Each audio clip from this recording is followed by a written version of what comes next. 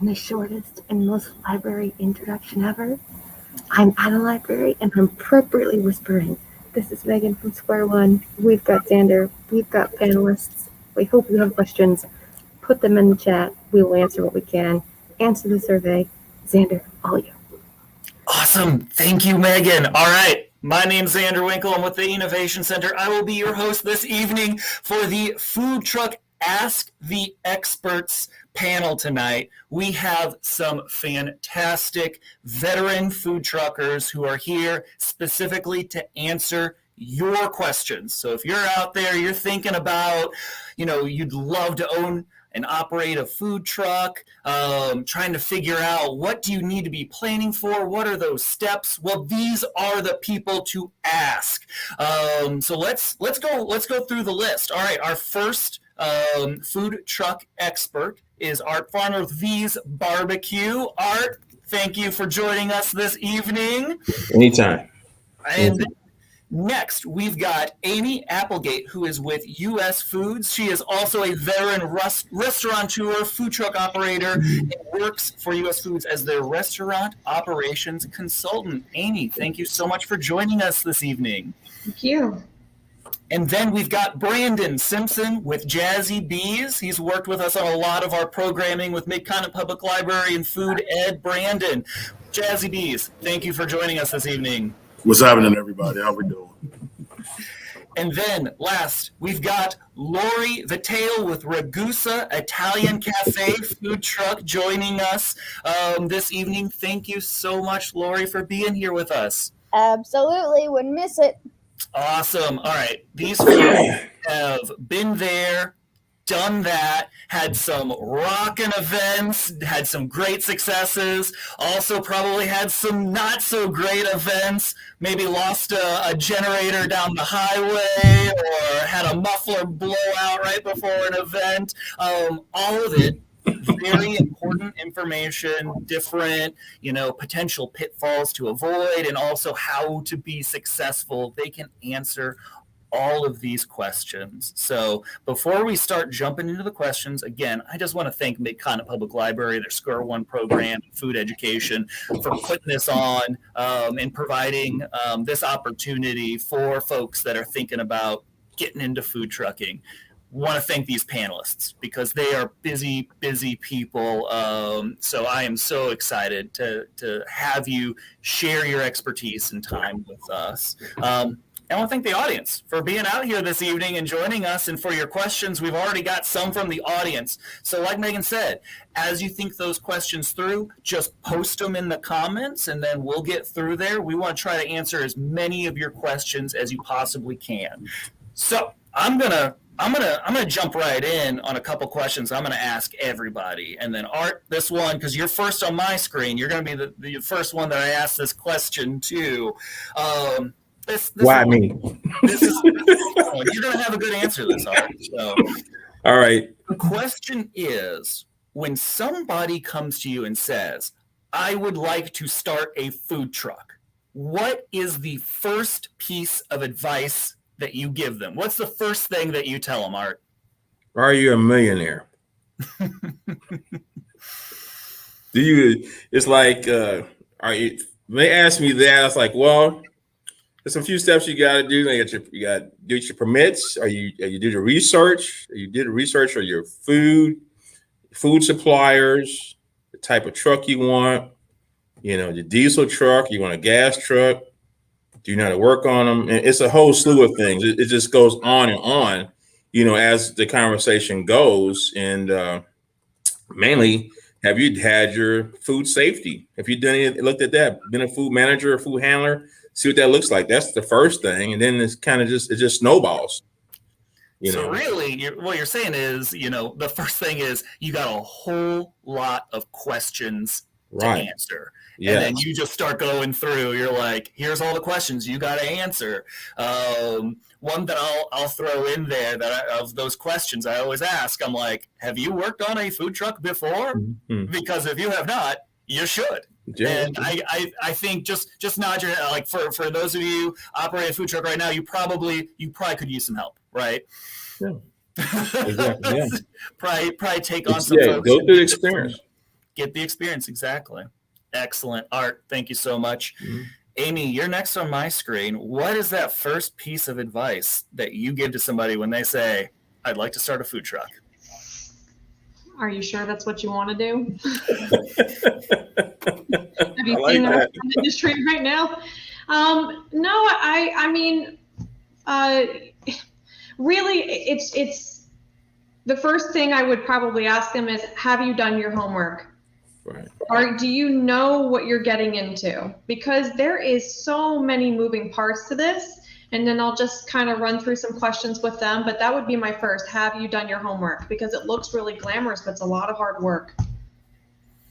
Yep, there's definitely some movies out there, some TV shows out there that make it look real, like glamorous, sexy lifestyle, but there is not the like nitty-gritty part of you're working on a food truck. It's what, like 97 degrees outside for this event, so it's like 130 inside your truck or something crazy. So there's definitely the not glamorous parts that come along with that. So you need to figure out, ask those questions, make sure that you're okay with those parts also. All right, Lori, I'm throwing the same question to you. So when somebody comes to you and says, I want to start this food truck, and you say, what's your concept? And how many other people are doing it? What makes you different? What's gonna set you apart? Because if you're in Kansas City and you want to start a barbecue truck, You got some. you got some hefty competition. Just right here on this panel. This is a small sample size, and we've got a couple of barbecue trucks. So you've definitely got to think through, what is that thing that is going to draw them to your truck at the event. So you're at that big event, there's 7-8 different trucks. Why are they like, ooh, that's absolutely the one? So you really got to think through what that in business coaching terms is, that value proposition, that thing that sets you apart. So excellent. Thank you. Brandon, what do you say? Someone wants to start a food truck. What's that first piece of advice? I mean, my first question is, why do you want to? Like what's your why? What's your reasoning for wanting to get into this? Have you been in the food industry before? Because when it is the food truck, I don't care if you've been a GM or if you worked in the fastest, a short cook at the fastest line ever. The food truck is just going to be a different animal because there are so many moving parts, because, whether it's the concept, just because you have grandma's best recipe that everybody loves. So what else supports that? Why are people going to want your particular food? Are you just in it for the money, or are you in it for the passion? Because money, you can get money anywhere. Right. I'll tell them, just go to the casino. There is easier ways. So you gotta get the money, but you also gotta enjoy this process a lot. Yeah. You really do. I had a guy the other day. He was like, "You really enjoy this hustle." As I was, all over the place with it, I was like, "I guess I do." So you gotta have some kind of craziness in you, but what's your level of crazy? Right. It is interesting. You got I see this a lot with folks, like in the heat of the moment, you got 50 people in your line. It's super hot. If somebody asks you like, do you have a passion do you love this? Maybe at that exact moment you're like, no, I'm gonna throw like a bun at you. Get out of my truck. Why are you asking me questions? Are you here to help? If not, get off my truck. Right. But it's that afterwards when you're like, man, we had a lot of great connections, talked to a lot of awesome customers, made a lot of people really happy. It's that kind of afterwards that you're reflecting on it and you're like, yeah, I do love this. So you gotta be careful when you ask that question. This is very true. Very true. All right, I've got one more question that I'm going to go through the group. Brandon, I'm going to start with you on this one since you were last on the other question, and then I really do want to open it up to the audience. So now's the time. Be thinking. If you've got that question, put it in the comments. Again, with that's the point of the event tonight. We want to make sure all those questions you got, we're going to try to get through all of them if we can in the time that we've got. All right, Brandon. My next question is, in the past couple years, how has food trucking changed? You're in Kansas City, so I want to ask specifically in Kansas City too. How has food trucking changed recently, just last couple of years with everything going on? Well, referring to like the pandemic, I think it, whether it's food truck or restaurant, you had to change your business model. There was no more events that you were going to get together and make money with. And I think the customers kind of helped with that, with a lot of neighborhoods having their parties and getting togethers. The other part is, you end up with more catering, small catering events, but for the most part, it's just because you couldn't have those big crowds where you have 50 people in line, everybody standing next to each other, and you're just going all out. So I think that's a huge part. You had to get a little bit more creative in how you maneuvered your menu, whether it was to go, how it was packaged. So because you weren't just going to be on the here you go, open boat, take it and go. You know what I mean? The customers were going someplace else with it. So I think that changed a lot in the past 2 years. I also think that surprisingly enough, there's more trucks opening up and getting on the streets.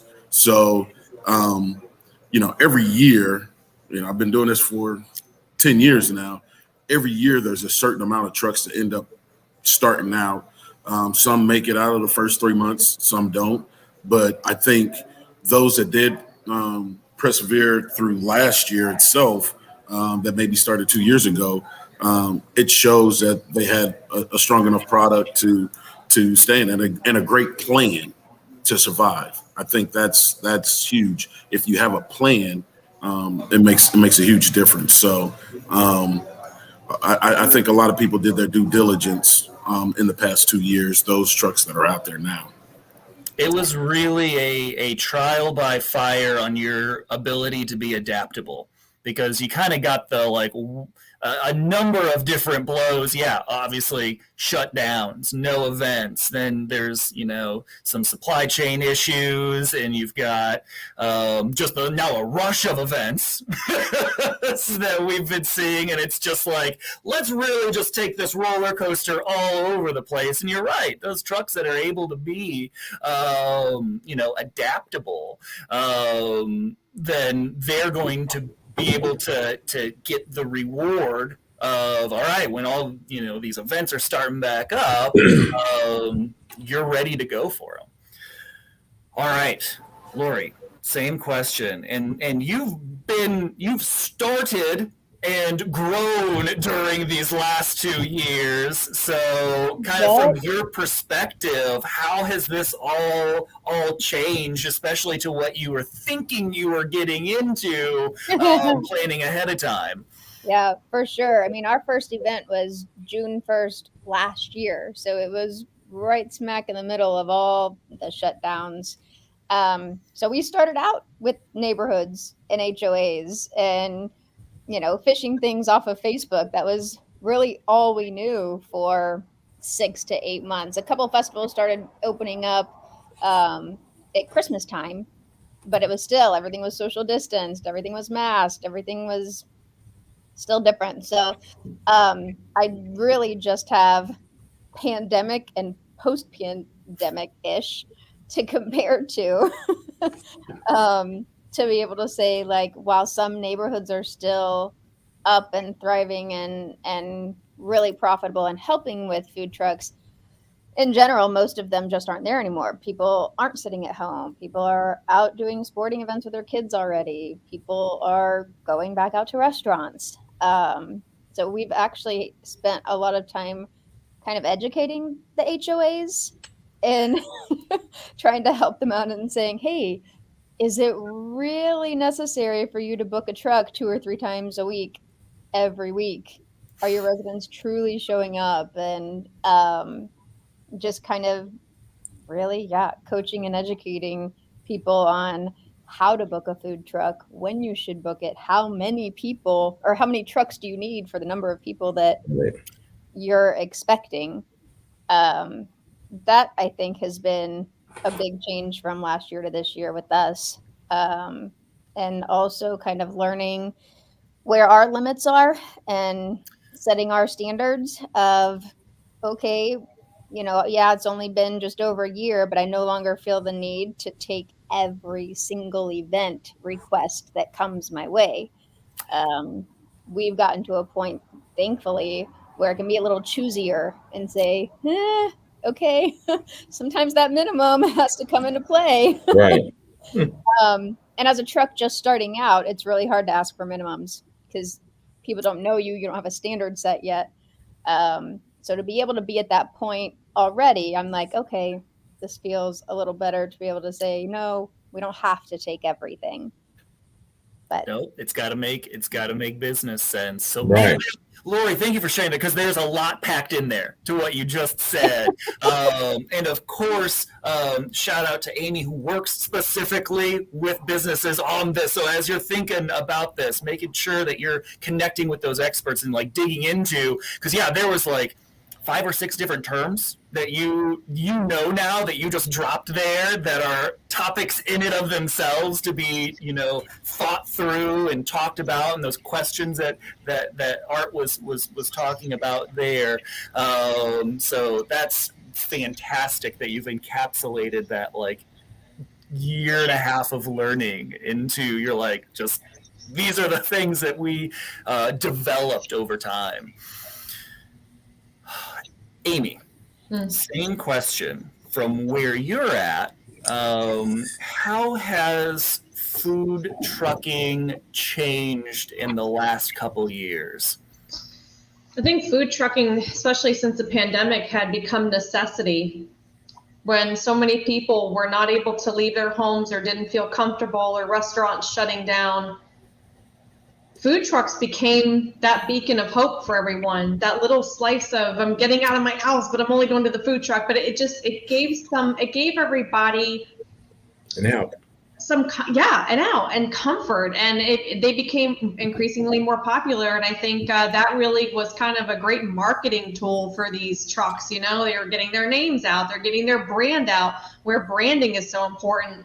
Where when I opened my truck 4 or 5 years ago, I had to do all that by myself. I was looking for places that would let me park and trying to market. And then over the last, year and a half, I've just seen so many food trucks blossom just out of sheer necessity. And I think that it's still a growing trend and will continue to be for a long time. That is I love this perspective because even in the like craziness, the chaos, in there is business opportunity. And I think that makes sense with what we're seeing with so many food trucks getting going and getting started and seeing that opportunity as folks buying patterns on food change. That let's go hit up the food trucks. We loved when they came to our neighborhood last year. Okay, where are they at now? What event do I need to go to get that food? And then you also are educating a new kind of clientele of those either neighborhoods, or you've partnered with a delivery service or something. You've increased your opportunities as a food truck. First of all, just out of necessity. You're like, this is our option. But now it's an added bonus that can be leveraged and increase the different opportunities for revenue streams. So and different types of cuisine as well. We've seen an uptick on a lot of ethnic foods. One of my favorite food trucks here in South Carolina is Mogogo, and it's an Ethiopian truck. They're amazing. So I think there's just a lot of room for growth in different cuisines and different types of food, like everything from breakfast to lunch to desserts. Exactly. Yes. All right. I need to like make a trip down to South Carolina. Let me know which trucks to hit up. All right, Art. I'm gonna throw the same question to you. From your perspective, how has food trucking changed in Kansas City last couple of years? I think for the most part, during the pandemic and everything, earlier stages, that the food, as Brandon spoke about, that you had to change your menu based on the pricing of meat. It was like going through the roof. So you had to change from either you're gonna do ribs or you're gonna do wings. You know, you had to change up quite a bit based on pricing. You know, prices are going through the roof, and they're down a little bit now, but still, you know, there's certain items I don't put on I don't carry because I don't want to pay that price and then push it on to the customer, because then your menu price is just crazy. Wow, nobody's gonna buy from your truck, you know. So and then the fact that the products are not really available sometimes. You know, you can go, say like you go to a place, some people go to Restaurant Depot or these little small places like that. We don't branch out and find some of the bigger venues like US Food and stuff like that, that, you know, your supply is different. You know, your quality, you may want this type of cheese, they don't have it. So there you go. You lowering your grade of your product down. You know, and then, but as I mentioned earlier, that I really think food trucks are here to stay. That's your new catering companies or your food trucks, because they're going to show up. You know, I would tell lady over there, I would be afraid to charge a minimum, because you can spend your time to come out, make the food, get it together. Don't be afraid to put that minimum on, because you're not coming out for nothing. Minimum a minute, no minimum. I ain't coming out. Don't come out. Put the minimum, because that then helps the whole industry itself. Because when they call for food truck, there's a certain minimum be met before it comes out. No one wastes their time and energy. So I wouldn't be afraid, and I'm sure that I think the industry is going more toward minimums, going to home associations, all that, because he wants to go to home association. They say we got 500 houses, but only 20 people come to the truck. What is that? That's the wasted time and energy. You can't go off of that. So there you go. You can't keep those quality trucks around if they're going out and losing money. I'm not coming out. You got to pay people. You got to stock the truck. So it's got to make all those decisions. They got to make some sort of business sense. So how do you evaluate that? What's your formula? You got to know your worth. It's all about knowing your worth. Exactly. You want your product. You done brand yourself. You know you got good food on your truck, and you know it. Everybody's want it. Hey, if you want me to come out, you're paying for that. Yep. Or go to the next truck, because there's some trucks out there don't have good quality food. You know, it's just like a regular restaurant. There's some that are good, some are bad. Those at the higher part of food chain or whatever, you know, charge them that minimum. Period. You'll find out your worth. And my man said that minimum is going to stop a whole lot of that. But I find that your churches are a good stream. You kind of they're pretty, as far as working with you, as far as a good financial stream for you. Churches are good. You know, I've never had a problem with churches. You know, that's a good revenue stream when it comes to a food truck. You know? Yeah, and it's about finding the who is your customer, kind of knowing that to begin with. Excellent. So this was, I put in the right amount of time of my own questions, because I see the audience questions are rolling in here. So, all right, we got our first question right here. I have a box truck, and I was going to make it into a cupcake dessert truck, but I was wondering if I have to get a hood in it. Brandon, I'm going to throw this question your way on the hood, and I think I know this question's gonna have a couple extra questions to it, right? Yeah, it will. I mean, because that's not that's not enough information, because if you're going to be cooking on that truck, any flame, any combustion going on, you're going to have a hood. So if you could comment and let us know that, even though it's a cupcake, if it's just cupcake desserts and you're making them at your commissary and then just putting them on your truck and delivering them, no, you don't need one. But what else do you have to offer Right. other than cupcakes? Somewhere along there, you're going to have something that uses some kind of fuel to produce a product. So drop us a line after that here in a little bit, but based on what you don't want to bake on the truck, eh? So basically you're doing everything in your commissary. You don't have to have a hood, but what else besides cupcakes are you going to have, Darla? Yeah. So yeah, on specific questions too like this, I always recommend. I'll tell you, what we've seen, but work with your local health department on those specific. It's going to be one of those things where it's specific to your equipment. It may be specific to your jurisdiction and how they classify different pieces of equipment. So there's a lot to that. But at the end of the day, the person who makes that call, it's the health department or health departments. Because different counties. global. Yeah, you're going to different jurisdictions potentially. That's always one of those questions where it's helpful to kind of get a sense and set your expectation. At the end of the day, talk to that inspector because they're going to know precisely. They're like, all right, show me what. She might want to grow out. She might want to grow out that box truck. What's that, Art? I said she may want, like you say, Brandon said, she might put the stuff on there. Because I would think as the industry changes, she might want to put hot dogs, brats or something on there, burgers. So have a little foresight ahead of it. Think ahead where you may want to be later on. Yeah. Or even resale value of the truck. I mean, hoods are designed to remove odor, smoke, grease, and other pollutants that are released into the air while cooking. So they're not a bad idea to have.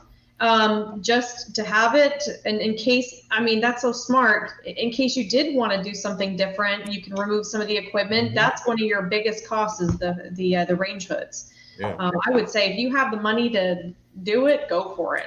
Right. So yes, there's the, what is legally required on my truck and what is going to make business sense are both in those list of questions, both important when you're approaching that. Like, should I have a hood on there? All right, is it legally required, or is it just going to make business sense to make sure that we've got that on there? So a lot of that question kind of brings up some more questions that you need to think through. So great question. Thank you for asking that. I'm gonna throw it out to the producers. Do we have another question that we want to approach right now?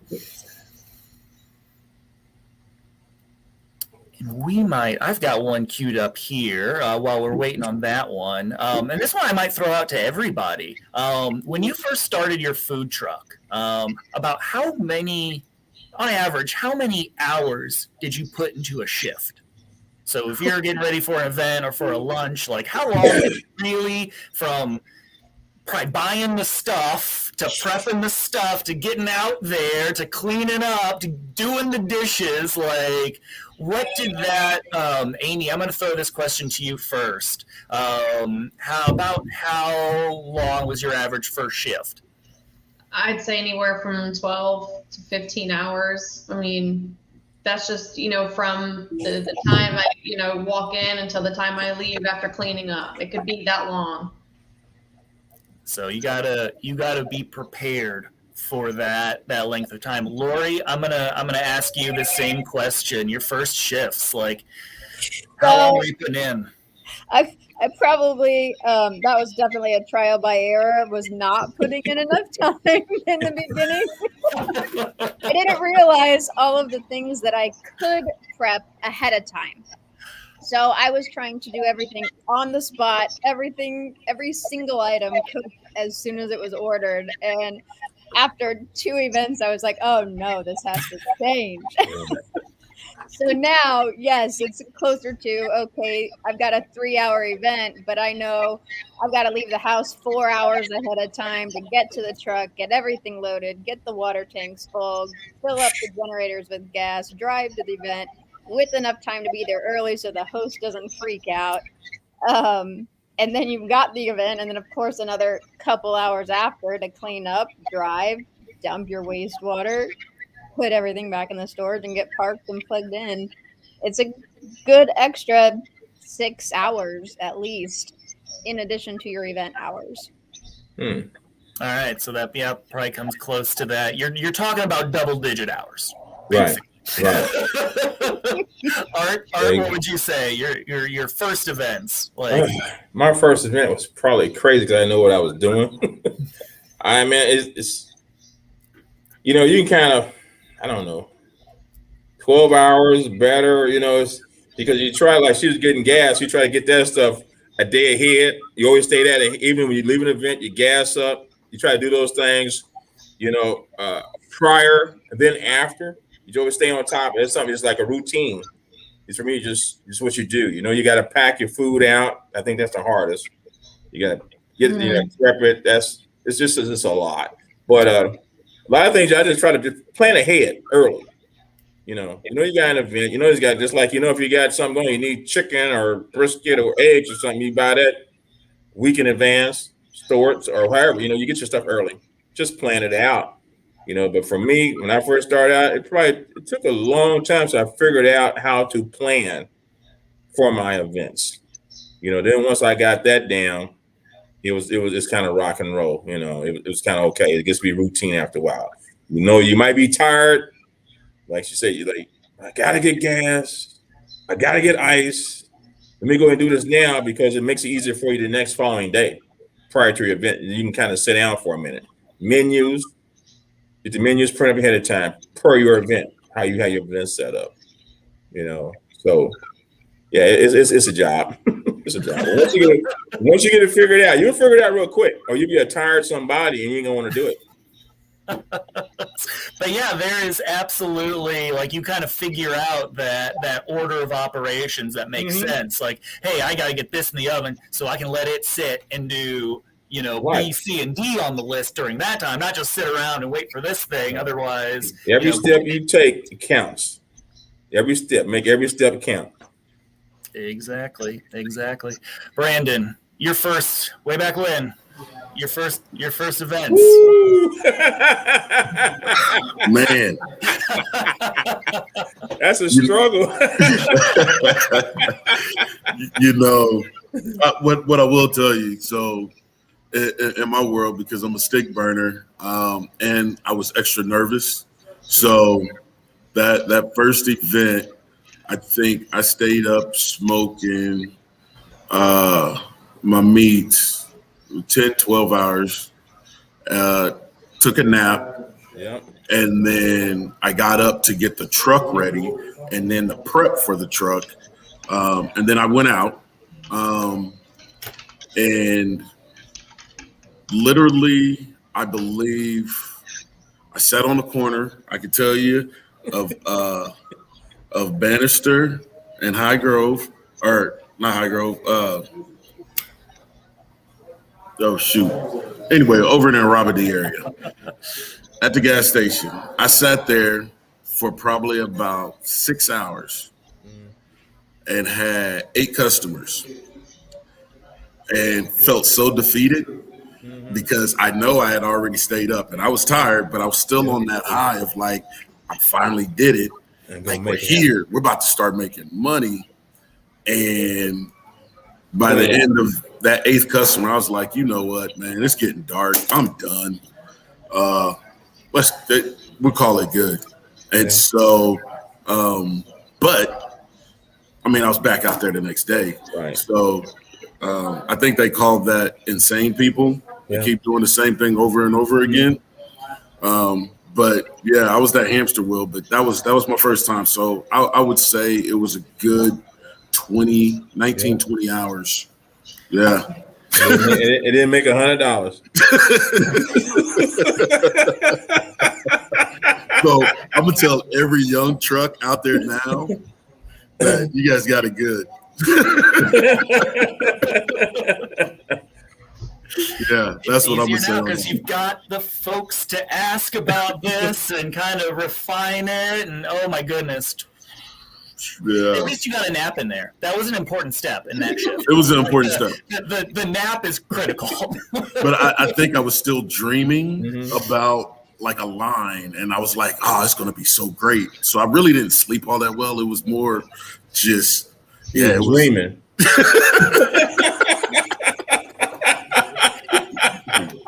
Absolutely correct, sir. Yeah, that happens. They ain't woke up from the nightmare yet. Wait until you cook all that 13, 20 hours of pork butt and it still ain't done. You went to sleep 3 times and still ain't done. I've been there too. Yeah, that's the one right there. You can so load bad. it up with the sticks and charcoal and it still ain't done. There's a lot of those, but you gotta be ready for them. And when you're ready for them, those hiccups. I have seen so many caterers, food trucks, just lose a sheet tray of something, or lose. I'm gonna knock on wood and put good vibes out there that it won't happen, but it's gonna. It's gonna happen. What's your plan B? Right. How you recover from it? How you recover before it happens? Exactly. Yeah. How you recover? All right. I've got a 2-part question here. The first part, Amy, I'm gonna I might throw this one to you about how do you what's an LLC and how do I get one? So your LLC is your limited liability. It has to do with your organization. So in how to get one, there's a few different ways that you can get one. You could go through an attorney. That can get pretty pricey, or you can file it yourself and send it in by mail. There's ways to do it online now, but how you do it, you choose a name for your LLC, which is your company name. You file your articles of organization, and if you don't know what that is, there's actually 2 things. There's articles of incorporation, there's articles of organization. Articles of incorporation are used to create a corporation. Articles of organization require just one registered agent, and they both just kind of serve a different purpose, but they're all part of your LLC. So choosing a registered agent, you got to decide on member versus manager management. And then you're going to need to create an operating agreement. I know these are all like things that are going to blow your mind. And then you have to make sure you're complying with, other tax and regulatory requirements, file your annual reports. And then if you're needing to go state to state without, reciprocity, you're going to have to do out-of-state LLC registrations as well. If you want more information about that, contact your local municipalities. Also, local universities will have small business development centers where the students actually put into practice what they learned in the classroom. That is a great place to start because they can actually help walk you through the process. And if you're like me and you just didn't know what to do, just go get an attorney and get help. A lot of the times, they'll charge you a flat fee. And if you're going to need an attorney for other things, just go ahead and put them on retainer and get the LLC done through them. That was an excellent encapsulation. I got a question on LLC myself. Now, it might be cheating a little bit, but to not get attorneys all that money, if you're in a certain type of business or whatever, a restaurant or whatever, say like, I'm going to say you're doing barbecue. And you can find another barbecue person out there, like the State Department or whatever, your local county, state. You can pull up their LLC and pull their statement out and plug it in and then go and submit it. And you ain't got to spend attorneys all that money. That's true, too. Yeah, there's nothing to say that you have to, but lots of, just like what Amy was going through, there's a lot of considerations. Like great resource in Kansas City is the UMKC law school program where, you got to sign up a little bit in advance. It's going to take a little bit, but it's a free service that the law students will work on your business, help you get that set up. So definitely connect with those business consultants, connect with those different programs that might know what are some other resources for you to help you out with that process. Because your entity is one of those first real important things that is you're forming the legal existence of what and who you are. You want to make sure that you're getting all the good information on that process. Yeah. All right. Next part of this question, and I'm just going to throw this out to the group. I'm kind of curious, when you were starting your food truck, did any of you get any kind of grants or loans to get started? Nope. Brandon's chuckling. Lori's nope. Amy, you did. Yeah, it took, so I missed the cutoffs for it, for the first go round. So even if you miss a cutoff, go back. But there are websites out, galore to sign up for grants. As a woman, there was a lot available to me because I'm considered minority business owner. So, I would say go ahead and apply for it. There's veterans, there's all kinds of grants out there available for small business. They might be worth 500, they might be worth 5,000. I would say go ahead and apply for as many as you want, as many as you can. You never know what you're going to get. Yeah. That we typically see probably the most common answer for that startup funding for a food truck that we work with is they've saved up money and it's friends and family. There are some grants out there. It takes some time to find them and to apply for them. There are also some microloan programs, which might be the most popular option that we see with our startup food truck. So if you're looking to fill in a gap to, for some expenditures around $5,000, maybe $10,000 up to $25,000 potentially for like a micro loan, because typically traditional loan options are not quite an option for a startup food business. But you can always ask. I have seen it. It's not common, but I have seen it. So there are some options there. I think that's another step when you're working with your consultant, when you're working with any of those business resources. They might know wherever you're at, what are those local resources that you can at least go out there and find an answer maybe to that question. Is there some grants out there? But this is asking the group. This is about a good ratio. We got 25% who are like, yeah, we got something. That sounds about right. And then for a lot of folks, it's just finding that, self-funding it, bootstrapping it, friends and family kind of funding. I didn't get a whole lot, but I got enough. I just had to set up a business account at my bank, my local credit union, and I opened up the business credit card, and I just tried to start building that, the credit, basically what is it called? Just your credibility, your business credibility. Mm-hmm. So I think also nowadays, especially because of last year and because of small businesses, the push for small business, back in the day, you wouldn't be able to get anything for a food truck. But now, since most banks and I forgot the type of lending that it is. But anyway, the private lending, there are more that are willing to give a good 10, 20, maybe 50 grand for a food truck because they know that there's the possibility of the return on it. Now you have to have a solid business plan, but I think there's more possibilities than it was, let's say 5, 8 years ago. You know what I mean? But you have to find those resources. They're out there.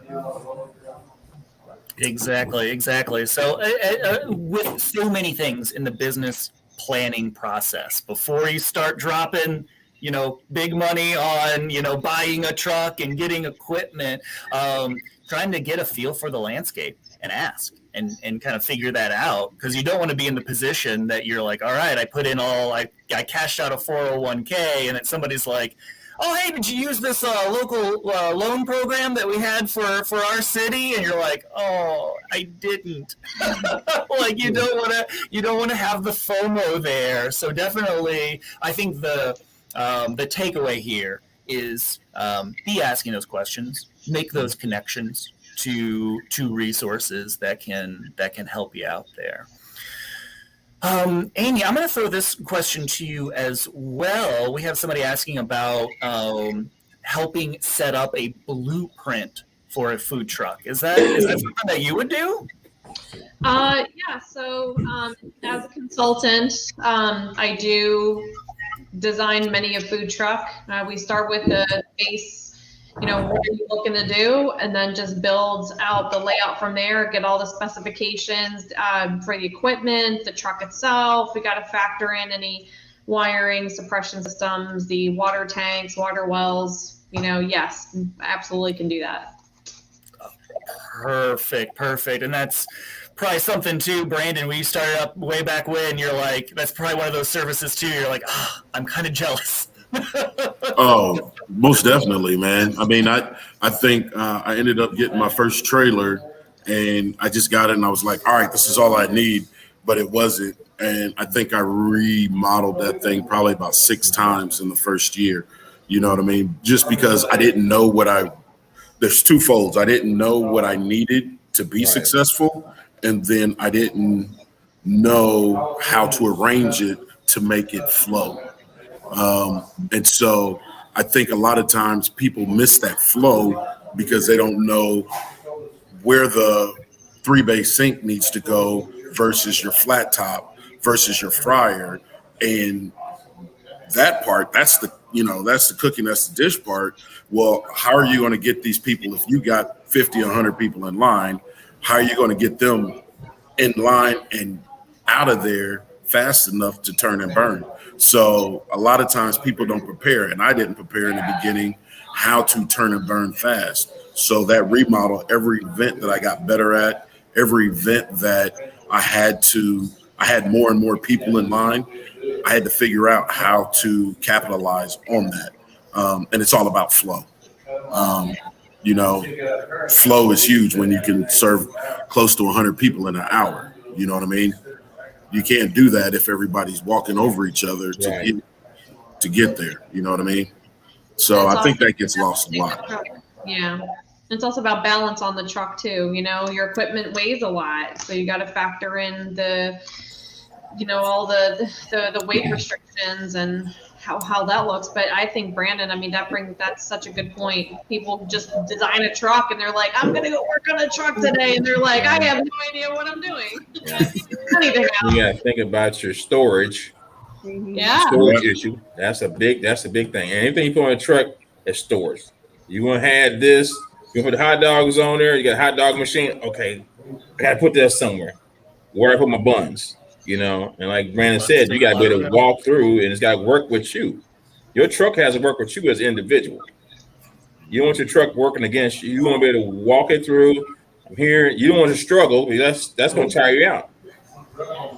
Yeah, you can't have the person walking with the hot, fryer right out the fryer, right by your person, taking money and orders. And storage is a great point too, because we've seen trucks that just they can't do big events. It doesn't make sense. They're like, I can't put enough supplies on my truck to make it worth that. I'll be sold out in 30 minutes. And they just didn't think about it early on. They're like, I've got all the stuff that I need. Everybody knows what the Cambros are. You got the portable freezer units or refrigeration. People don't think that far. You may have the space, but you don't know what equipment I can use. I got one refrigerator, but how do I want to carry more stuff? Well, you might need to buy you some refrigerator boxes, Cambro boxes with the cold packs in them. So there's a lot of things to consider there. Yeah. So I think the bottom line here too is talk with some folks. So I think you're absolutely right. Truck. Get on someone else's unit. Yes, exactly, and kind of see. Come to Jazzy B's. I need some people to work. I work for food. Are you gonna hop on their food trucks now? Oh man. So Lori, you've probably gone through this process the most recently. What was your thought process? Who did you talk to as you were setting up the layout? Actually, I got in touch with a builder super early on, to the point where he even came out with me to look at the trailers and trucks before I bought them, and told me kind of, was I getting a good deal? Was I getting screwed or not? Would this work? Where would I put this and that? So thankfully, I only had to go through the blueprint layout process once. However, our visions didn't necessarily mesh at first, so I had to insist that things could be done when he didn't think they could. So I got to stretch him a little bit in the build out also, which was fun, but definitely a lifesaver having someone in that realm that could do that, because I don't know squat about electricity and water pumps and plumbing and all of that. So it was super helpful. So that was a great first step, and that was awesome for your builder too, to go with you and make sure and kind of help with that process. So definitely it is absolutely, sometimes entrepreneurs are like, I can do all the things. I can figure this out. I can do all the things, but do you have to? Is that what makes business sense? Right. Sometimes it does make sense. All right, I'm going to pay somebody because they're going to help me ultimately save a lot of money and time and stress. I haven't had to change really much of anything. I think we moved the water heater underneath the sink as opposed to above it to give me a little bit more space. That's really the only thing we've changed on the truck since I've had it. Excellent. So that is good to hear. So yeah, definitely taking that extra time ahead of time to plan. A wise guy once told me, do what you do best. Let me do what I do. And that came from my mechanic.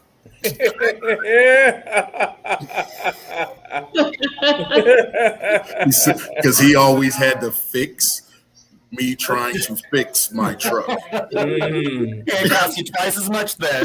Well, at least you tried. I gave it a good effort.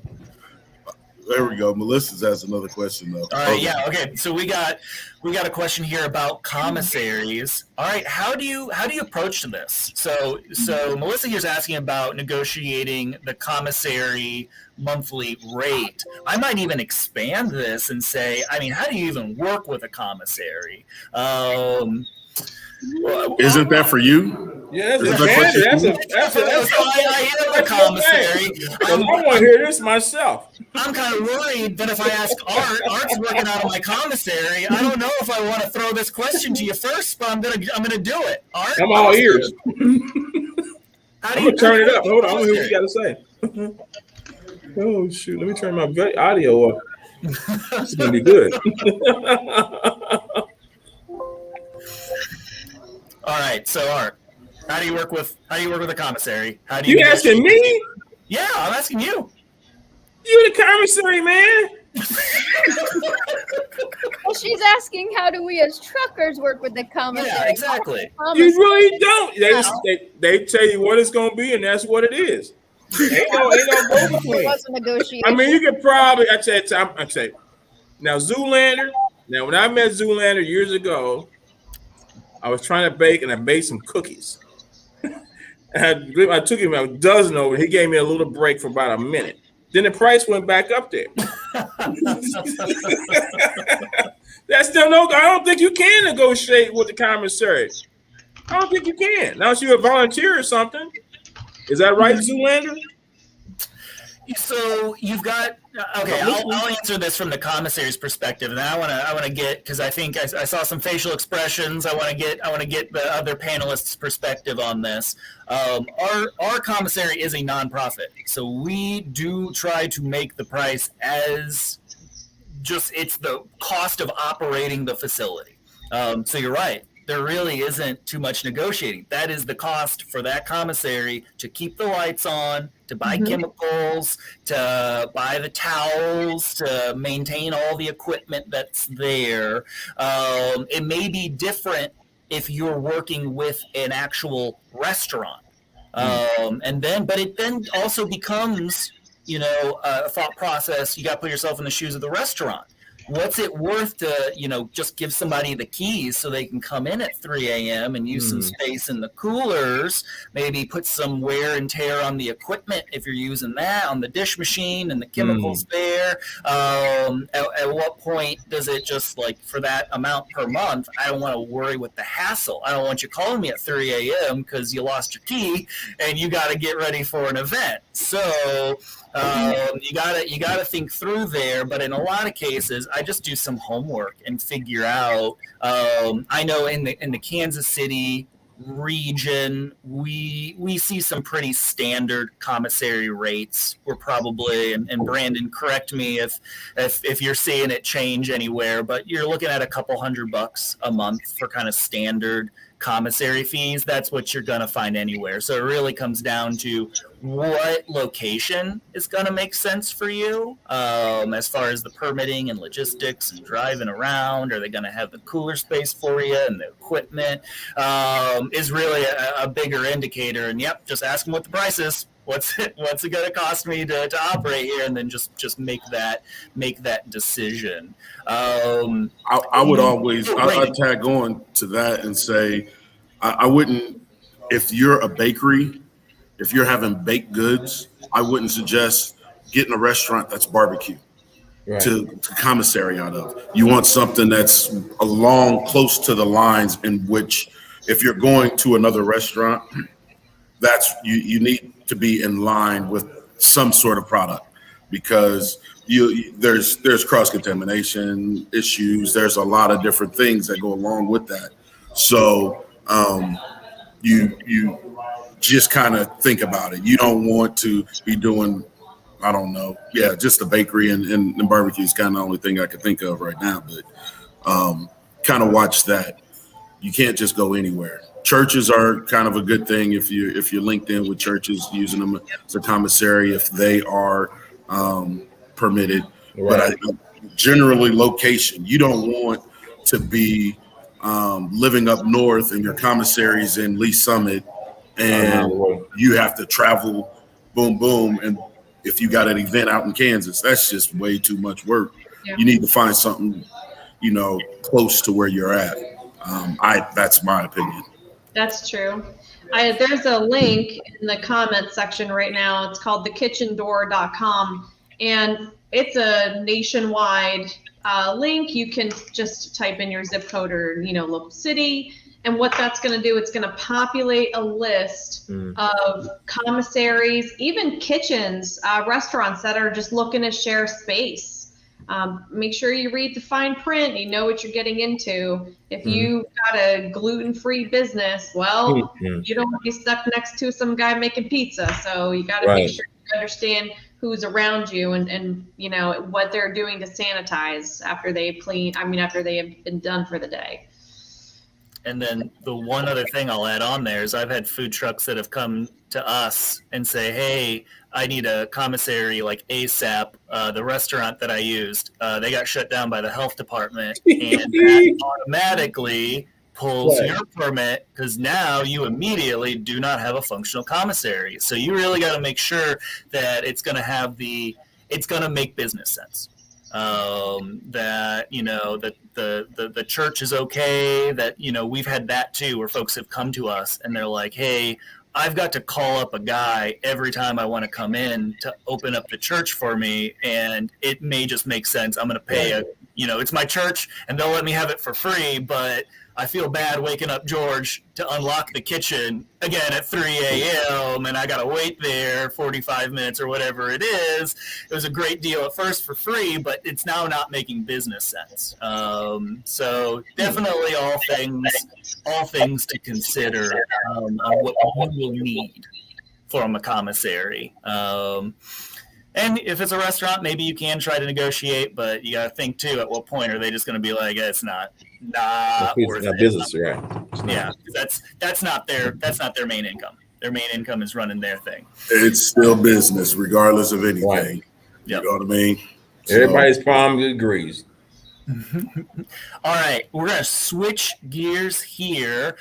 Do you typically do lunch and a dinner on the same day? You could. Aren't you got what would you do, a lunch and a dinner in the same day? Depending on my time slot. Your time slot and distance means a lot. You don't want your time too close together where you can manage it. You can do it. I've done them. Typically lunch is over about 1:30. As long as your food is ready for your dinner service, I think you're fine. Yeah. Sure, well, I'll do it. That's just 2 incomes. That's fine. Because one thing about it, your lunch may not be up as far as revenue, but your dinner may balance it out, and there you go. It's a win-win. You have that buffer. I think yes. Yeah. All right. Just My to be theory prepared. is like going back to how I was saying, you got a good 6 hours of time invested outside of the event time. If you're putting 2 events back to back, that 6 hours is spread at the beginning and the end. So Yeah. you're kind of saving some time by Right. doing 2 in one day. Right. Again, if the location and the time in between makes sense. Right. Brandon, Also, do you how gotta get good- the nap in there? You gotta schedule time for the nap, right? In between Man, the lunch and the dinner. I haven't taken a nap since that first day. But so I would say, you can double up, but if you got the fryers, how are you transporting and getting there without spilling your grease? There's a lot of different factors in there. How well can you travel to get to your next one and continue going? Right. You know what I mean? But if you can do it, more power to you. Yeah. If you got the stamina, my old tail can't do it like that no more. I ain't gonna lie. Yeah. So you got to do what makes business sense. You got to make business sense. Saying it does, but then you've also got those limitations of being a human being. Yes. Right. You just can't. You That's can't what be we like got. a Brandon. You can't, Brandon's probably taking Geritol, a vitamin all the vitamins he can find. He has to be pumped up so often. Some of us, we can handle it. But Brandon, you got to leave. Sometimes you leave alone. Brandon, I feel like, is like Popeye, but it's barbecue. It's barbecue Right. sauce. It's not spinach. He's just Right. There's right there. You just burnt off 2 days worth of energy right there. Oh man. I love it. You guys. All right, Amy, would you recommend the lunch dinner duo in a single day? Is that something that you've done? Well, I too like to live dangerously. They brought up all the good points for all the right prep for it. You prep for it. When you go, and you tell your help. Look, we got 2 events today.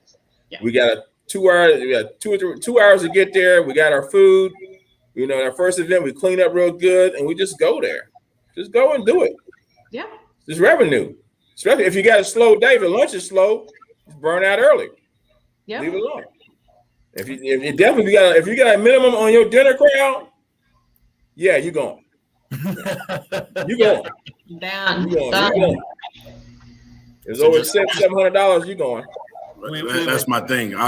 There's always a minimum lunch and That's dinner. what I was telling young lady right. Yeah, it happens all the time. You got to have that minimum. So yeah, I guess I will do it. Make sure in that storage you've got room for that 5-hour Oh, energy. Mr. Geritol kicked in, huh? Geritol kicked in.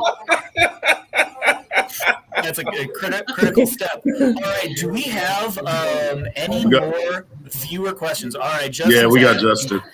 How much does the crazy weather of Kansas City play a factor in your business? Are you just out of luck and money if a surprise rainstorm rolls through?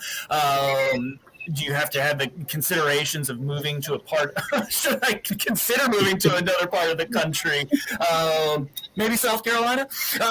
Let us know. Let me know how it is there. Or do you cater during the winter months, or take those months off and just hang out? All right, Amy. I'm gonna start here. What? There's a lot to unpack here. What are you thinking? Hey, listen, I catered out of my truck too. I would do plated, events that had a wait staff and a bartender. So the months over your I've seen some crazy Kansas snow when I did there. But I would say, you know what? Use that to your advantage. Book Christmas parties and things that you finish everything off on the truck. You bring it out, put it in their kitchen, you plate it there, do something special like that. So yeah, we're going to have our bad days. I'm sure these guys can attest to that.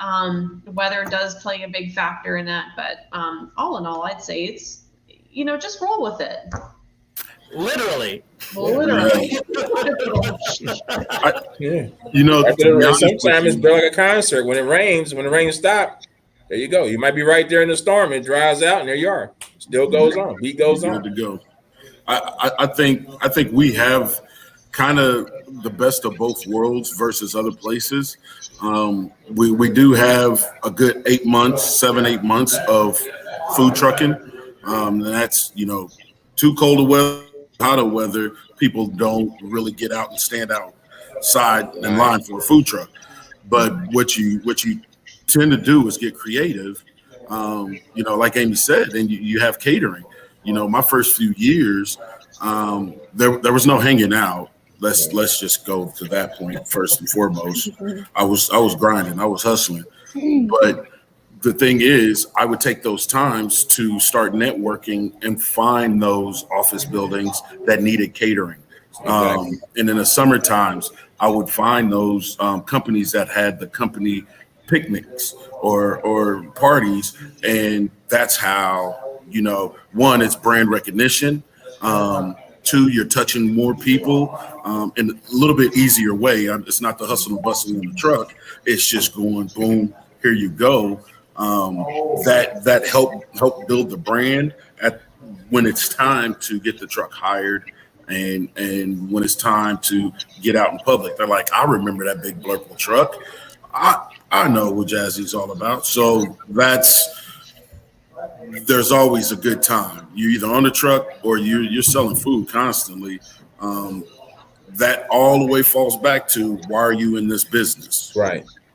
You know what I mean? If you're in it just to make a little bit of money and then vacay, you ain't really making no money. You know what I mean? You ain't really building your brand. You're not looking at 5-10 years down the road. What you're looking at is, I got a whole bunch of money right now.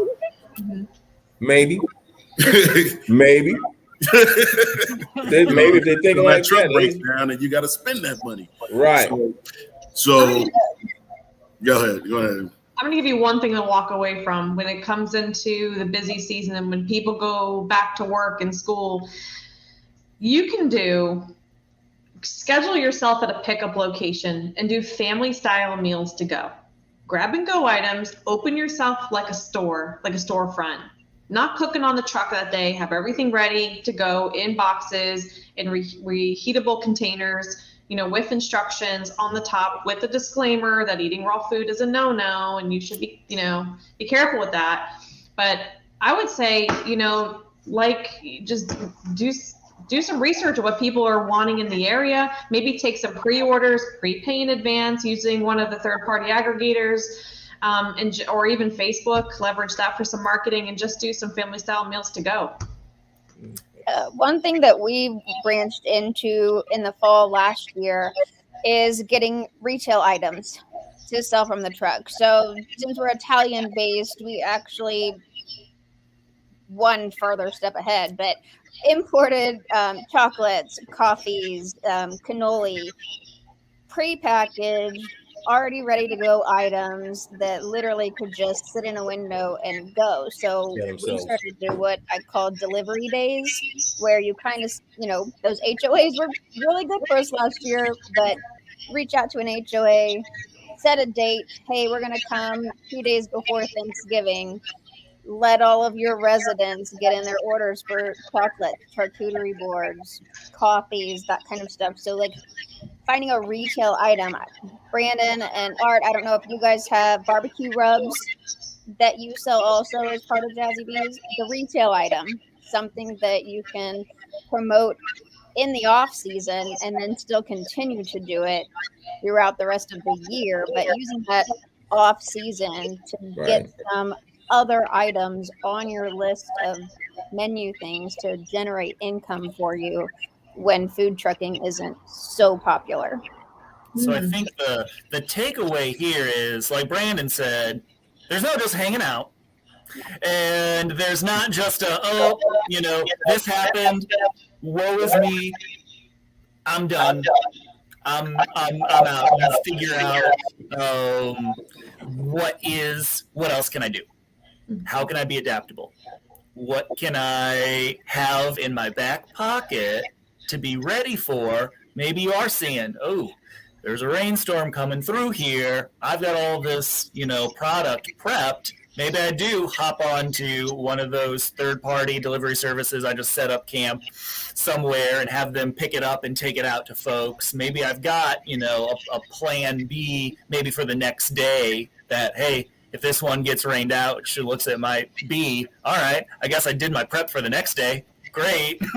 You're still making money. You're still doing what makes business sense. So you really got to think through it with the 3D chess kind of, and be thinking ahead of time, and be adaptable. Because if you just say, oh, I guess I'm just out this money, I'm not going to think about what else to do with it, you won't last too long.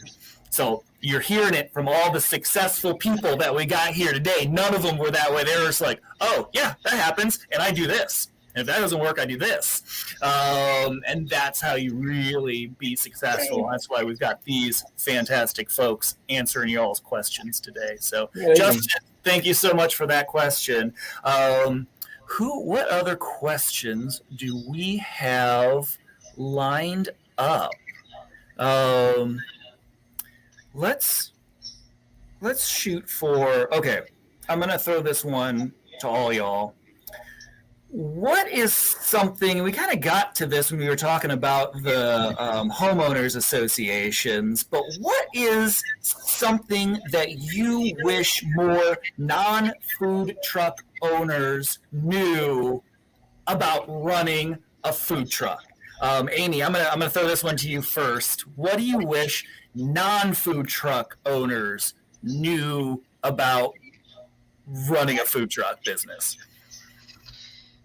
How very little profit we really walk away with at the end of the day when you factor in your food costs, your labor, and everything else. We are not millionaires. Nope. That's something I wish they knew whenever they're asking for a discount or a better rate or try to do. I'm just saying. The sales fees. Yep. It all, because typically, depending on where you're looking at, any food business, your take home, of course, after you pay yourself, but your profit margin, typically single digits. A lot of times low single digits is what you're making over all the costs that go into it. So yeah, your real friends do not ask for discounts at your truck. Real friends give you a good tip. Okay. Okay. Xander, you bring up a borderline thing also in saying once you pay yourself first, then it was like, No, we get paid last. how many of us don't pay ourselves, or how long did it take until we did pay ourselves? It took me a couple of years before I actually really got to pay myself. Right. A lot of us out there that If you don't, your business is gonna fail. Yeah. You constantly taking it out and paying yourself. You never put back into the business. Your business is gonna fail. You're gonna suffer somewhere. You're like, oh, I could have took that money and bought a case of fries, but I paid myself. Right. Again, are you getting into it for the money, or are you getting into it for the passion? You getting into it for something else? Yeah. I think that's what people really have to look at, because it's a labor of love, but at the same time, the biggest thing a lot of people, and just this transition back into this question is, I used to do like long views, 4th of July. And when I say that there's a sea of people standing outside your truck, and, somebody comes up and they're like, man, you must be killing it today. You making a lot of money. I'm like, you hate that. You have no idea how many people I had to hire to bring in to do this. And then the amount of food that we went through. I think one year we ended up losing a batch of meat. So I was out that trying to make it up, but trying to keep prices comparable to everybody else. And for something like that, you don't want, that there's a whole family coming out to eat a 5. So you don't want them spending $100. Right. But So you have to be able to really get after it.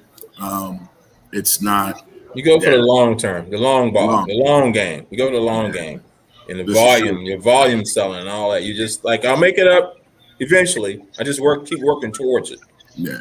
But you got to factor in savings too. What if your transmission goes? What if your axle breaks? What if your water tank's got? I mean, there's all these things can happen, and if we're busy paying ourselves and we don't have the savings, we're not making any money at all.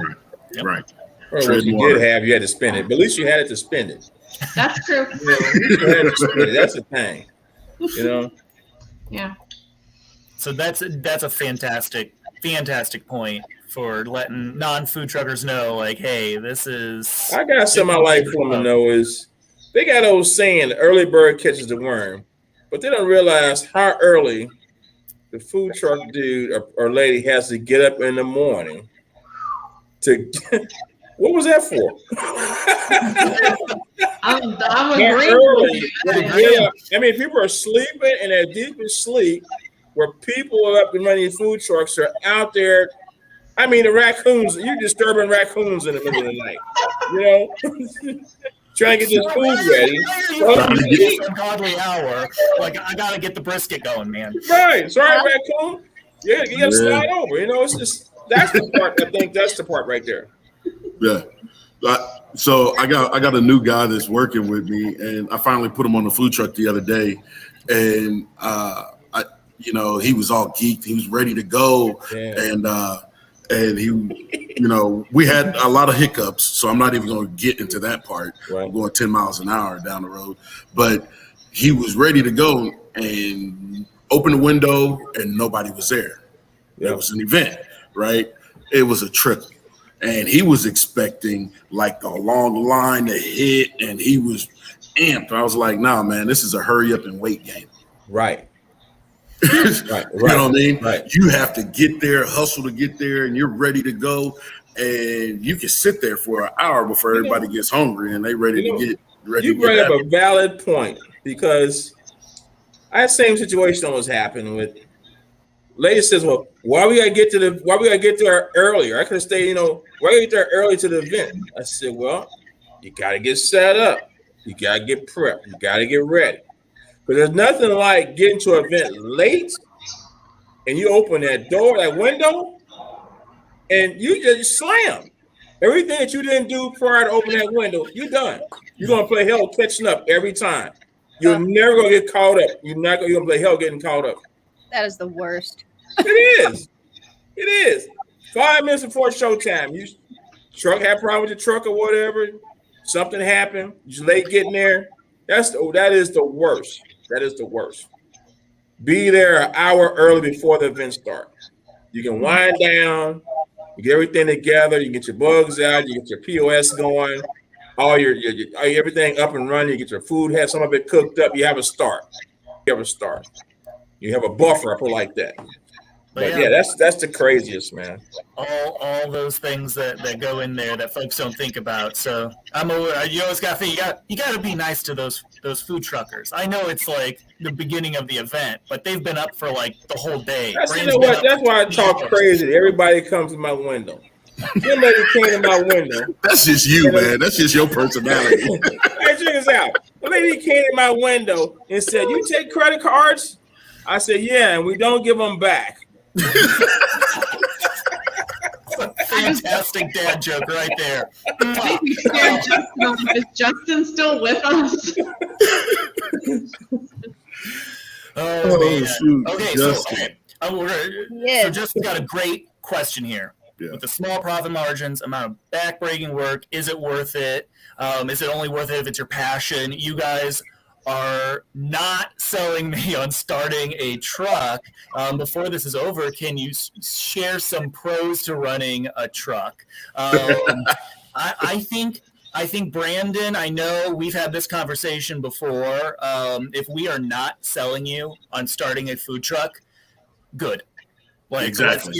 Let's get real here. What we don't want is folks to drop a whole lot of money and not know what they're getting into.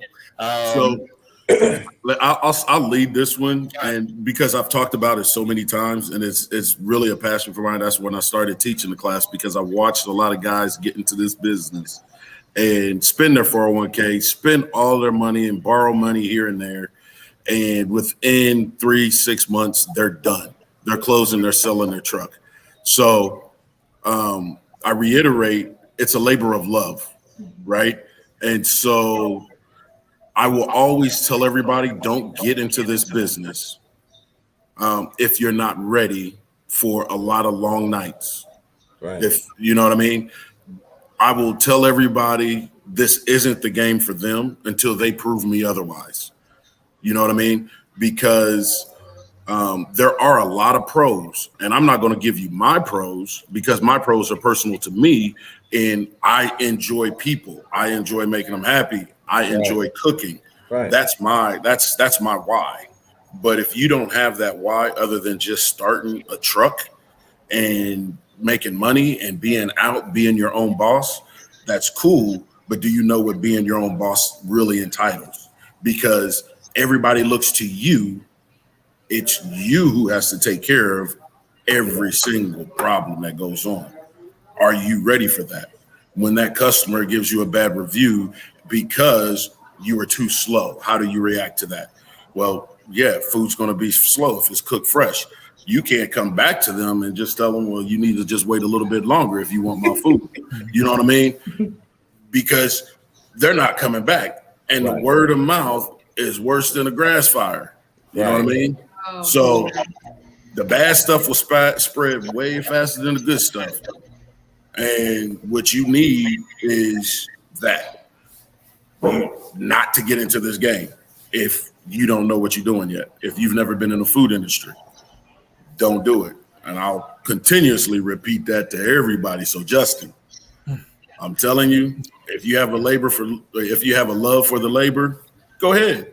Sure. Have your plan together though. If not, don't get into it. Come work on my truck and I'll show you. If you can't handle the heat.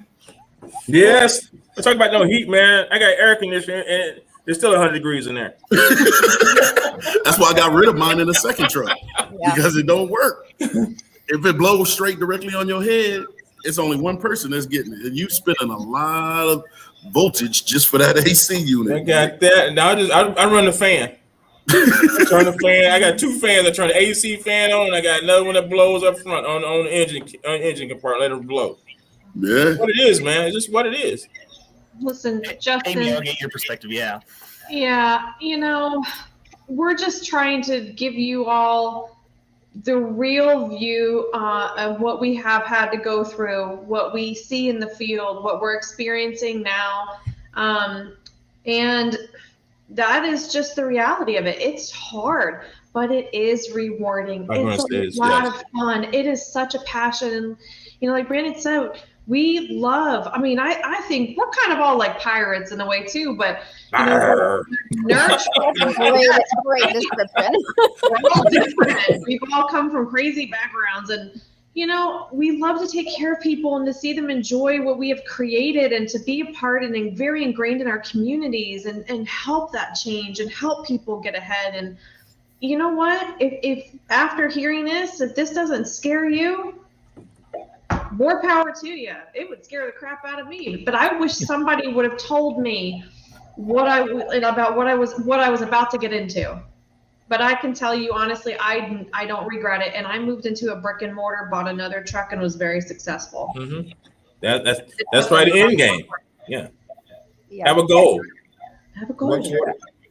I have to kind of be the one to say cooking is definitely not my passion.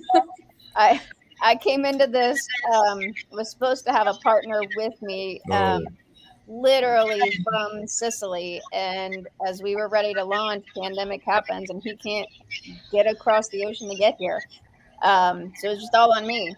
So yeah, 1.5 years in and I'm like, man, this was not supposed to happen this way, but it's there and it is what it is. I started it. I'm in it. I'm not a quitter. but there's been a lot of pivoting. Okay, how can I make this more towards what I love? That's where I mentioned, the retail items. And like Amy said, meeting the people, the communities. I've met some amazing people, not just in the food truck community, but the customers, the hosts, the business owners that have us come out. The people in this business have just been awesome. And for me, that's what makes it worth it. The 100 degrees on the food truck cooking crepes. Sorry. I'll admit it. My passion for that is not there, but seeing the people's faces or hearing their responses to say, oh my gosh, I've never had anything like this before. This is amazing. That's what keeps it going. Well, and obviously, I mean, I know, Laura, you're in a couple years here, but some of y'all have been doing this for a long time. So obviously, it's working for you. Yeah. It's a living that you really enjoy. If you got your life and you got to do something, like find that thing that is, gonna get you excited about it. And these folks are here today to tell you this. It's a very important piece of information. It is fantastic to hear too that that passion that they love, and meeting those new people, and like Brandon, you say, breaking bread with folks in Kansas City. It's the family. And yeah, it's the family. Yeah, you got camaraderie with other food trucks. You got.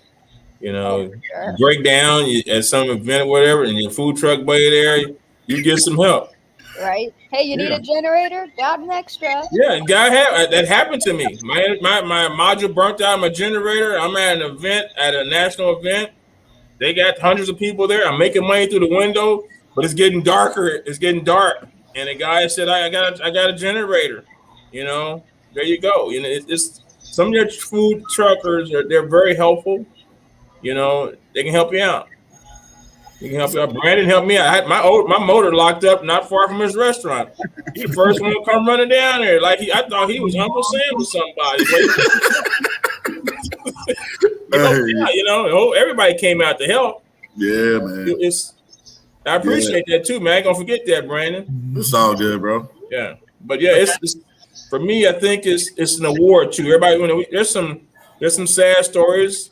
But I'm in it for the long run, and I think anybody, if you get into it, that there's going to be some ups and downs. Period. And you got to be able to make that adjustment, and like Brandon said, pivot, and you can make it happen. If you want to do it, go on and try it, but just don't put a lot of money in it. Start off with baby steps. And that's key. Watch your funds, because you can blow a lot of money in this game, and be. You'll have a bad taste in your mouth, but it's reward. It has some rewards to it. It has some rewards. Every day's not a bad day. Might make a little bit less money, but you can make more money somewhere else. But do you between all the food truckers, you might be broke, but we eat good. There's that benefit too. All right, guys, we are running out of time. I want to thank again Mid-Continent Public Library for putting this on. It is provided free because of a grant from the Kauffman Foundation. So all they ask is that you fill out this survey and fill out this information to tell them what you liked, what you want changed. This informs us too on what kind of programming to put together for you all. So please do take a little bit, fill out that survey. Panelists, thank you so much for joining, sharing your expertise, keeping it real for everybody. Always. Oh man, okay, so it's not absolutely, Justin. All right, no doubt. It's not a panel. I saw somewhere on here said y'all are food cowboys. So before we head out, I just gotta put a little tune in your mind. Some people say you're a food cowboy. Don't sing, Brandon. I mean, hey, come on, Zoolander, cut it out. You're not going for the thing. Y'all ain't ready for this Barry White. And everybody out there listening, have a great evening. Connect with those resources to help you out. Library's got more resources. Talk to those other food truckers. Maybe help them on their truck. You all have a fantastic evening. We'll see you all next time. All right. Appreciate you guys. All right now. See you guys. Sander. Take All right. care. Bye, y'all.